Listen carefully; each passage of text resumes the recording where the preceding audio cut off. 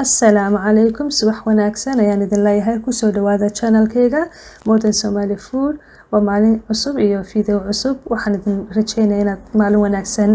insha Allah aad heli doontaan meel kastoo adduunka ka joogtaan maanta videoga wuxuu ku saabsan yahay vlog aan idin kasoo duubayo restaurant aan tagnay oo casuumad ayaa lagu casuumay breakfast ama quraac marka insha Allah video yar oo kooban ayaan idin kasoo sameynayaa qaabka uu hotelku ahaa cuntooyinkana loo keenay si hadii aad u baahato inaad yani safar ku gaadhid magaalada Hargeysa aad yani insha Allah usoo booqato hotelkaas cuntadiisana aad la soo tijaabisid imikana waxaan guda gali doonaa insha Allah videogeena waxaan rajeynayaa inaad videoga comment-ka hoosta kusoo qori doonto waxyaabaha kale aad jeceshahay inaan channelkayga soo geliyo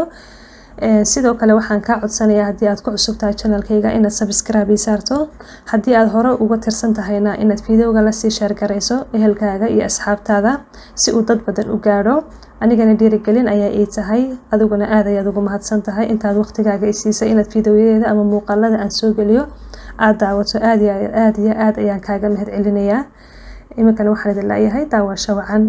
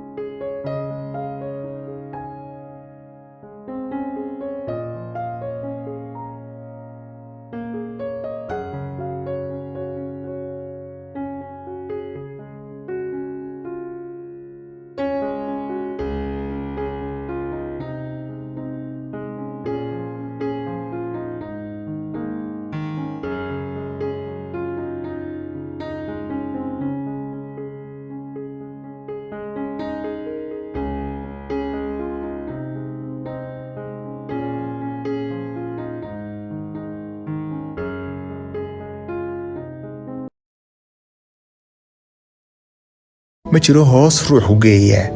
amaba hore kuu kaxeeya naftaada adaa hogaansha adaa haya keenadeeda halkaad u jihaysa weeye kun haybood noloshu weeye kun hawlood baa ku xeeran